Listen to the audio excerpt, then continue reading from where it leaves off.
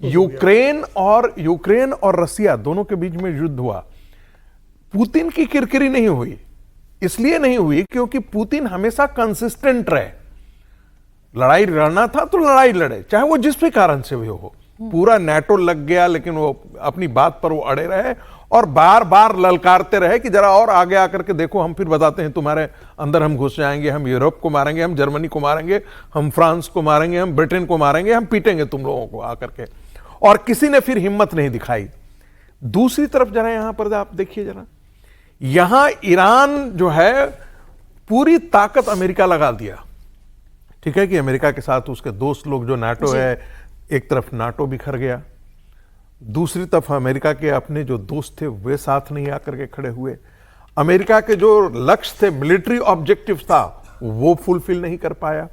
America की जो धमक जो गल्फ कंट्रीज के अंदर जो थी, जो रियाद के अंदर थी, जो अबू धाबी के अंदर थी, जो कतर के अंदर था, वो कम हुआ। अब उनको भरोसा थोड़ा सा डगमगाया है कि भाई क्या अमेरिका के बेसिस रहते हुए भी हम सुरक्षित हैं या नहीं है। नहीं, आपने कंसिस्टेंसी की बात कही।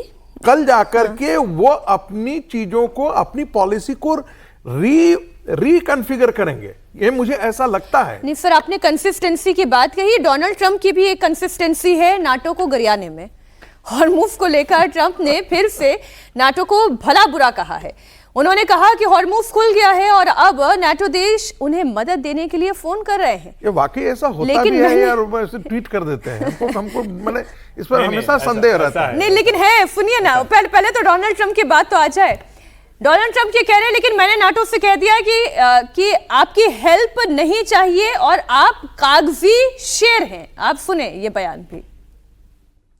अब ये जो बात नाटो को लेकर कह रहे हैं डोनाल्ड ट्रंप कि कागज के शेर हैं ये लोग, और अब कह रहे हैं कि अब मदद दे देते हैं। अब क्या करना मदद का?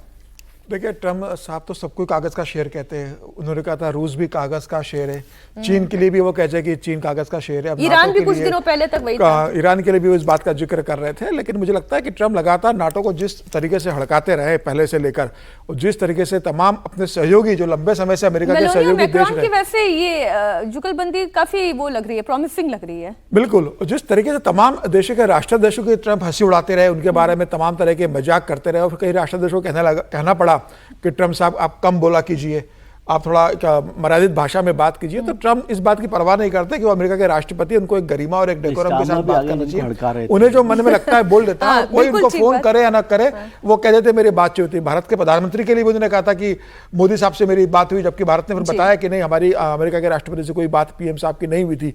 तो ट्रम्प साहब इनको जो लगता है वो पहले बोल देते हैं, बाकी दूसरे देश उसका खंडन और उसका स्पष्टीकरण देने के लिए लग जाते हैं। वो अपना कह के फ्री हो जाते हैं, बाकी देश परेशान होते रहते हैं। जिस तरीके से अभी जब बातचीत चल रही है ईरान के साथ, शांति वार्ता, बुधवार को संभावना है कि पाकिस्तान में फिर इस्लामाबाद में वार्ता होगी। उसके पहले जिस तरीके से ट्रम्प का बयान आ रहा है कि स्टेट ऑफ हॉर्मुज़ को लेकर बयान दे रहे हैं, यूरेनियम को लेकर दे रहे हैं कि भाई वो पूरा वापस होने वाला है।